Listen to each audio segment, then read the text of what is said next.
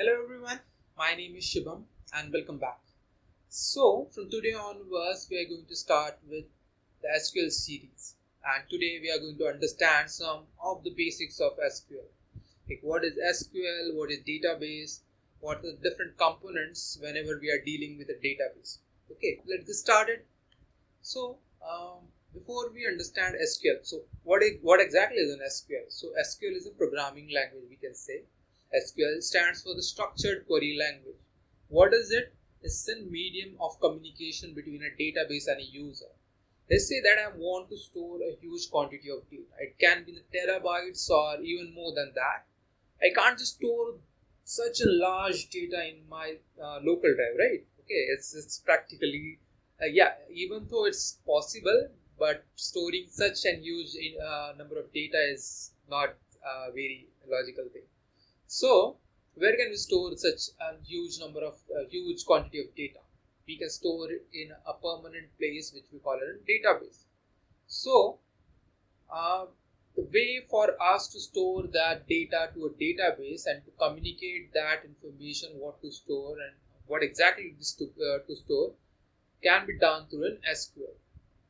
Okay, but what exactly is a database? First of all, database is a storage, nothing but a storage. So what's the difference between a local storage which is there in my computer and that of the database? Okay, so both of them are serving as a storage purpose, right? So what exactly is the difference? Let's see that I'll give you an example. So let's say that if I were to give you some random books, okay, they are some unorganized books, and if I were to ask you to find A2 book from this given books, how are you going to find it? Okay, you have to go through each and every book until you find that A2 book, right?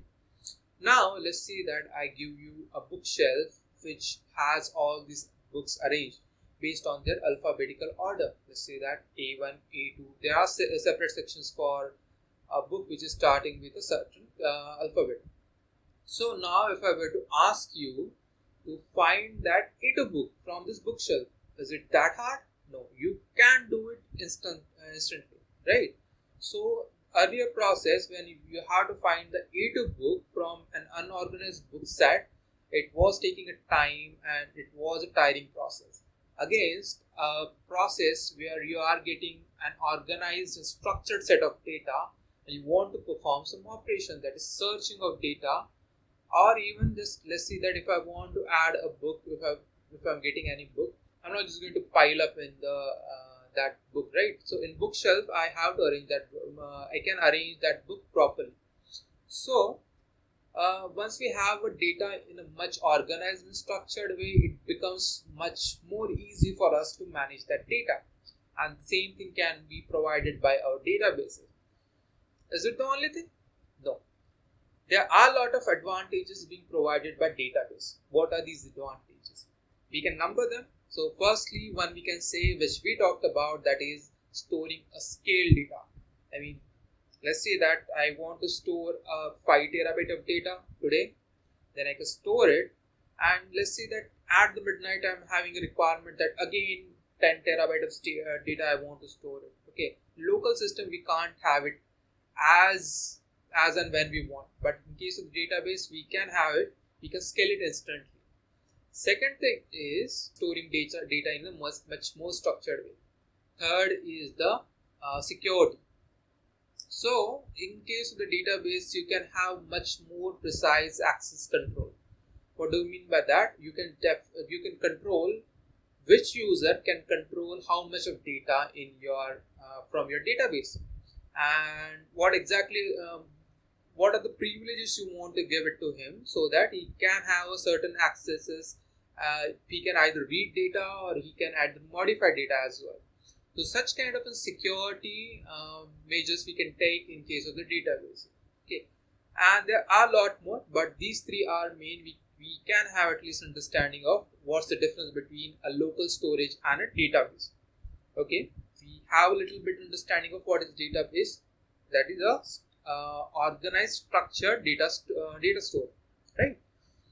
Now, second thing, can we store any type of data, and is it going to be stored as it is? Let's say that in previous case when we was trying to store add a book in a bookshelf, is it going to we can just add any random book, or is there any some sections like to say that the fiction section there are some comedy section like this, right? So is there any data model or any structure we follow to store data? Well, in the history of databases, we were having a different models of data which we were storing in the database. Okay, data model means the way we store the data. So at first we were having a data model which is a hierarchical data model. Hierarchical data model is nothing but a tree-like structure. So in this we were having one parent node. In that we were having a branches which was having a data. Okay, so in this the only the major disadvantage it was having is that it was having only one parent node. So to overcome that, we were getting second data model, which was the network data model. In this we can have multiple parent node. Okay, and then the recent one which is of more concern for us is the relational data model. In relational data model, we can have relation between the different entities. Entities can be an object which can be represented in the form of the data, okay, which you want to store. Okay, and this data can be stored in the form of the table in rows and columns, and different tables can be related to each other using the keys. Okay, and we are having other data models as well, like the object-oriented data model, which is more widely used in the ORM frameworks like Hibernate, and we are having a document model. So if we have worked with the MongoDB or Cassandra, such kind of databases, these databases use the document model to store the data. What do I mean by document model? It means that those databases stores the data in the form of documents like the HTML document or JSON document like this. So most of the popular non-SQL databases uses this document model of data storage. Then why I was saying that relational data model is of focus for us in this video. Well, in most of the databases, okay, if I were to list down if I were to ask what are the different databases available in the market, the answer could be Oracle, which is one of the most famous database available. Then there is MySQL, PostgreSQL, MongoDB, Cassandra. These can be categorized again into two categories. One is the SQL database, and second one is the NoSQL database. As we have seen, what is an SQL? SQL is a query language. So the databases which uses this SQL query language to communicate between a user and a database are these databases. We call them as the SQL databases. So what are they? Oracle, PostgreSQL, MySQL. These first three in the list are the SQL databases. And then we have the Cassandra and MongoDB, which uses the document model data storage. They are the NoSQL databases. But is it a NoSQL? Is it also a query language? No. So that categorization is definitely based on the fact that one is some databases are using a query language and some are not using it. Okay, it's very simple in that respect. So the databases which uses this data model to store data, that is databases which uses the relational data model to store data, we call these databases as the relational databases. Okay, and we are going to understand more towards the relational databases in this series. So can a user directly communicate with these databases and manage the databases? Well, in architecture we can speak it like that in theoretical ways, but to be going more logically, we should not communicate directly with the database as a user. So how are we going to communicate with the databases then? So we can have a communication with the databases through DBMS software. What exactly is the DBMS? So DBMS stands for the Database Management System. So it's a software tool exactly. What this software tool do is these providers support for us to communicate with the database. So it helps you to execute queries and then communicate with the databases and then fetch data or add some data to the databases. Okay, so these are kind of managers for the database, which gives us the access to the databases. So what are these DBMS software? To be more specific, RDBMS software. Since we are going to deal with the relational database over here, we can say RDBMS software.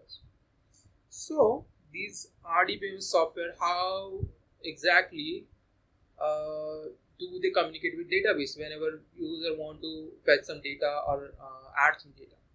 So there are some architectural layer to this DBMS software.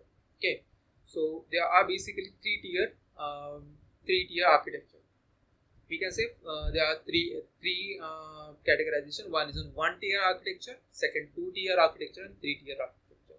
So as I was saying, whenever you want to directly communicate with a database as a user, then that tier is called as one tier architecture. But it should not happen directly.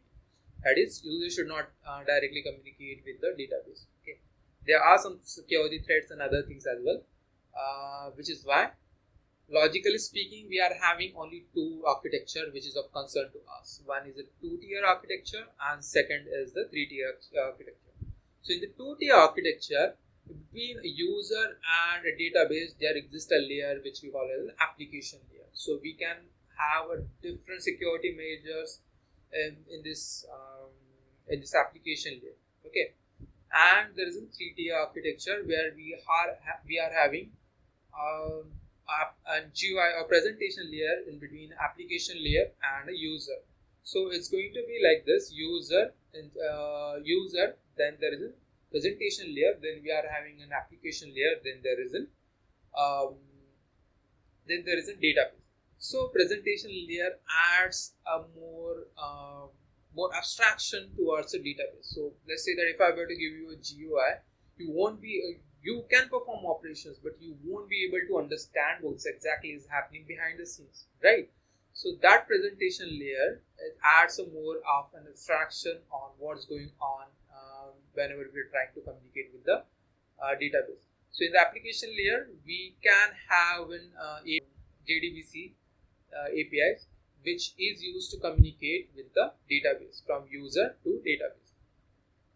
So this was about the three-tier architecture of the DBMS software. Now let's go more towards the language part, that is SQL part. As we were saying, SQL stands for the structured query language, and as we know, every language has some set of instructions which they follow to perform some operations, right? Like this, in the SQL, we are having some set of rules which we call as a command to perform some operations. In this case, querying some or fetching data from the database and adding data to the database. Okay, and the commands which comes under a DDL are the create, alter, drop, and rename. Okay, so these so all these commands are related to the definition of a table. Okay, like create one specifies whenever we want to create some new entity or new information table. Alter specifies the altering the definition of that table. Then there is a drop, deleting the existence of that table or entity which is represented in the form of the table. And lastly, renaming. Okay, is also kind of altering the name of that entity. Okay, so all these commands belongs to the definition part of the entity, which is why we call them as a DDL, data definition language. Then there is a data manipulation language category, DML. Okay, so whenever you are storing any data in the database table, we want to manipulate that data. Okay, CRUD operation, right? So CRUD says create, read, update, and delete. So such kind of an operations can be done through this DML commands. What are these different DML commands? There's going to be insert, update, and delete. So as the command, it's more of an English words, which is very pretty easy to understand. So insert is used to insert a new record in the database table. Update is to modify an existing record in the database table, and delete is to completely remove that record from the database table, right? So this was a little bit about the DMS. Next, there is a category which is in data query language, and there's only one command inside this DQL, that is data query language, which is select command. Okay, this command is usually used to fetch the data from the database table. Okay, it can be a single record, a multiple record. Okay, depend on our use case, we can fetch all the records from a database entity table as we want using this select command. There are two more categorization. One is a TCL, transaction control language, which has a few commands like the rollback, commit, and save point. Okay, rollback is let's say that if I'm performing some operations and I want to undo those changes. Okay, we can do it unless they are not committed. We can roll back those changes using the rollback command. Then there is a commit. Let's say that if I'm performing some changes and I want to make these changes permanent, in that case I can use this commit command. And a save point. Okay, so save point at the point where all our changes will be saved. Okay, so that it can be rolled back at this point later on if I want. Okay, and last but not the least, the categorization is the DCL, data control language. So we are having two commands inside this data control language, which is grant and revoke. So it's just to add. It's more specific towards the security part of the SQL. It's going to give more permissions and revoke those permissions as and when we want. So this was a little bit very short. We cannot say a short video, but it was the introductory part of the SQL series where we understand the different concepts about the SQL database and some of the SQL commands. Hope you like the video.